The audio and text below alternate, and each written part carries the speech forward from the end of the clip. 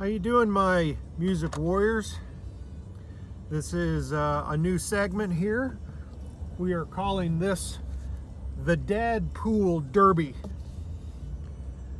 Now, some of you might not know, Dadpool is, it actually comes from a t-shirt my son gave me, Dadpool, like Deadpool. Dadpool, just like a dad, only cooler. Also see handsome and a-hole. Anyway, so the DadpoolDerby is just going to be kind of, some stuff that you need to know as a dad. If you're a new dad or even a dad that's been around for a bit, we're always kind of at a disadvantage in the house, but only if we let ourselves be. Our wives, our kids' moms are really, really important, and I'm not trying to take that from anybody. The thing that I want to point out to, though, is you have to understand that as your child's father, your role in helping raise them is just as important as mom is. Because a big difference it comes down to psychology.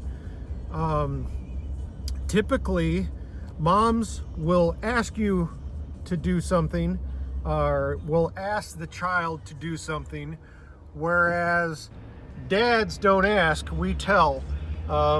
We order the children to do different things, and that is different for the kid. Sometimes I truly believe that your child needs to be taken care of. They need to be led. It has very little to do with whether or not they like you. If you fully believe that you have to be friends with your child, that's going to be your first mistake, because it's literally going to come back and bite you in the butt when they get older. You really do, dads. You have to establish early that you're there for your child. And I don't necessarily mean that, immediately you have to establish that you're the mean one or whatever. That's not what I mean. What I mean is your child, even from the time that they were born, they need to know you. They need to know your smell.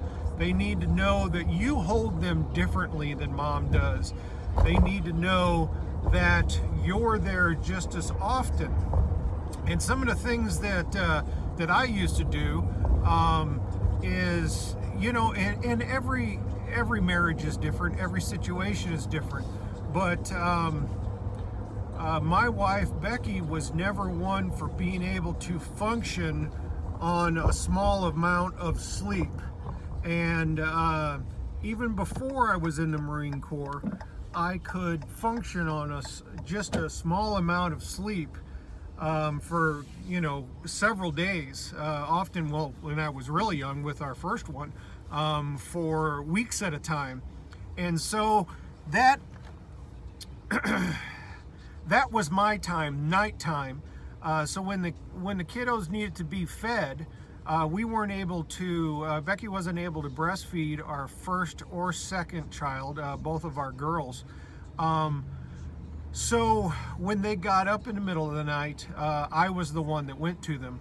And that was my time. That was my exclusive time with the girls. And everything that needed to be done, the diaper changes, all that stuff, I did it all. But at night, that was really my opportunity to sit for, 15, 20 minutes while I fed them, after I changed their diaper, and then you burp them and you go through the whole thing. And that just became a ritual for me. And it was my way of establishing, a good, close relationship with my kiddos. Now, when Avery was born, we were in a position that Becky was able to breastfeed. And so what we did was, when he cried at night, Oftentimes I would get up. This, of course, me being a active duty Marine, when I was home, but I would get up and I would change him and do everything that needed to be done, and then I would bring him into our bedroom, and Mama would feed him, and then when she was done, I would carry him back to his crib. And I want to make this distinction, this very, very important distinction. You need to establish that your room is for you and your wife. Make sure that you're putting your child back in his or her bassinet, which can be close to you when they're very young, but crib when they're old enough to not be in your presence all the time. And guys, that's really, really important, because you have to establish your bedroom early as a place that they need to have permission to be in. And that is very, very important a little later on in your parental careers, so to speak. But that's very important to establish. The other piece of advice that I would give to a couple with a new baby is, again, you need to have that bassinet, but for months after the child is born, when they are napping, don't shut the house down. I know a lot of people that have made this mistake, my brother's being one of them, where when the little one was asleep and they put him down for a nap, everybody had to be quiet. Shh. Don't. Shh. You'll wake the baby. Well, you essentially train your child to be a light sleeper. What we did with our children was they were in the bassinet, they were in the living room. So if they were asleep and we were watching television, we watched television and they slept in the bassinet. And that became extremely important, because your children learn to sleep even through noise, which is very important. But they aren't light sleepers, and they don't have to have complete quiet inside the house or even the room that they're in. Really, what you need to do is you need to teach them to sleep through a lot of things. Now, that doesn't mean that you just party and be rowdy and everything like that, but we didn't turn the TV down. We didn't make people talk quieter. And that was just the way we did things. And it turned out to be a very good thing. So, I hope dads, future dads, you realize that you really do hold a huge influence on your children, just merely by your presence.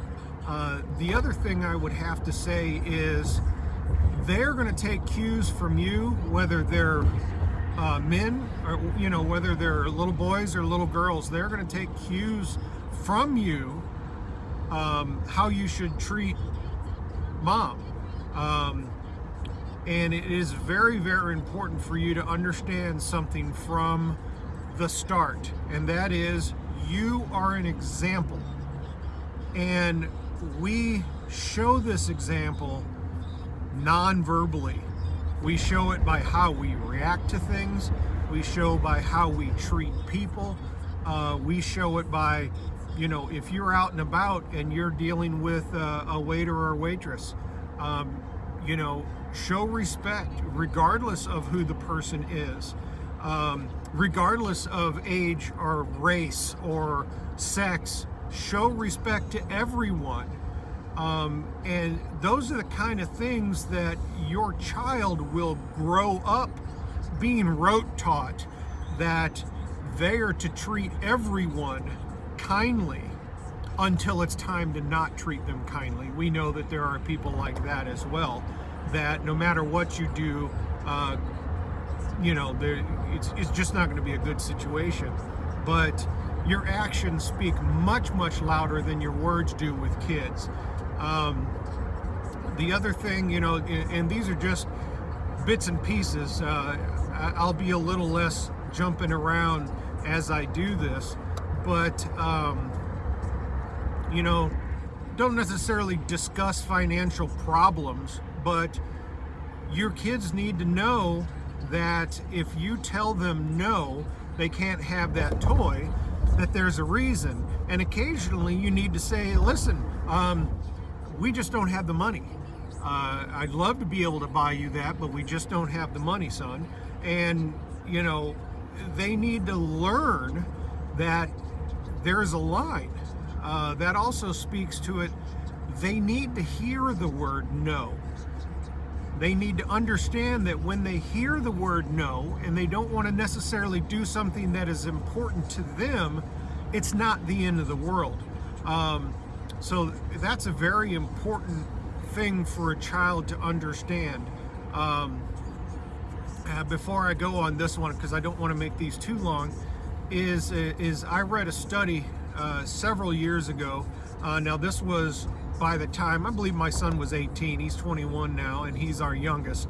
So it was an article that said something along the lines of, they surveyed a huge amount of people, and they asked parents who they felt the most important person or people in the household were, and it was a stupid amount, like 90 some odd % of the parents answered that the children are the most important people in the household. And I'm here to tell you, they're not. You are. You are the parent.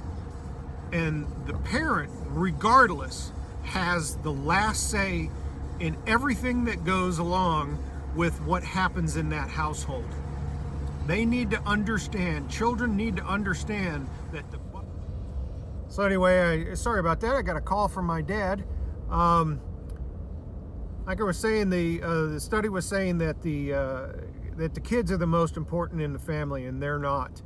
And the funny thing about it was my kids that brought this to my attention, this survey, and my kiddos knew that they were important in our lives, mainly because we spent, whatever they were interested in, that was what we did. Whether it be Boy Scouting or dancing or soccer, we were there.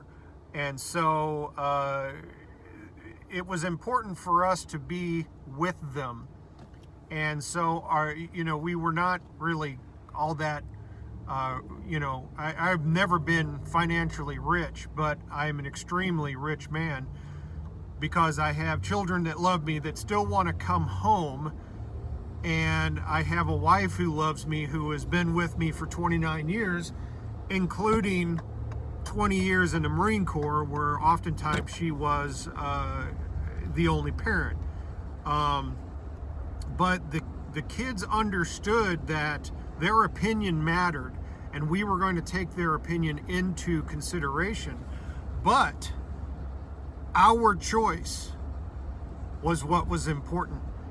Because, I'm sorry, but mom and dad, you guys make the money. You guys put the roof over the kids' heads. You provide the food. You provide everything that child needs. And they need to know that is special. That is important. And as soon as you give them the opportunity to walk all over you, they're going to do it. The only problem is the next time they do it, it's going to be easier for them. And if you let them walk all over you starting when they're young, by the time they become teenagers, you're going to have a walking disaster. So you have got to be the boss. That is the biggest thing that I have got to come across to you. You and the mother have got to make the choice for the child, whether they like it or not. You're not there to be their friend. You're there to be their father.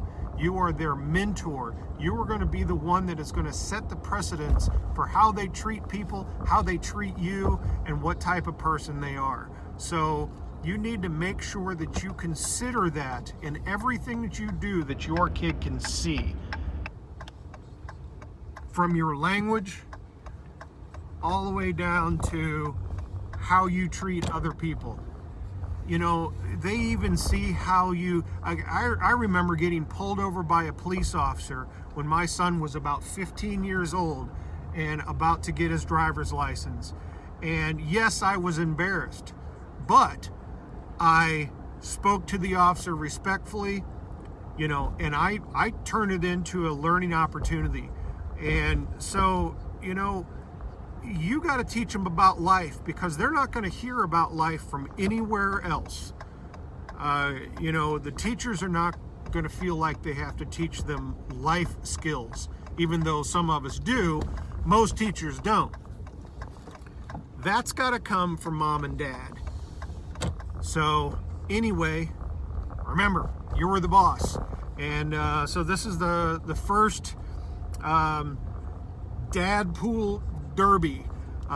Sorry that it's in my car. I see a lot of people doing this, and you know, I give it a shot, whatever. But anyway, just remember, peace out. Love you guys, and you be safe out there.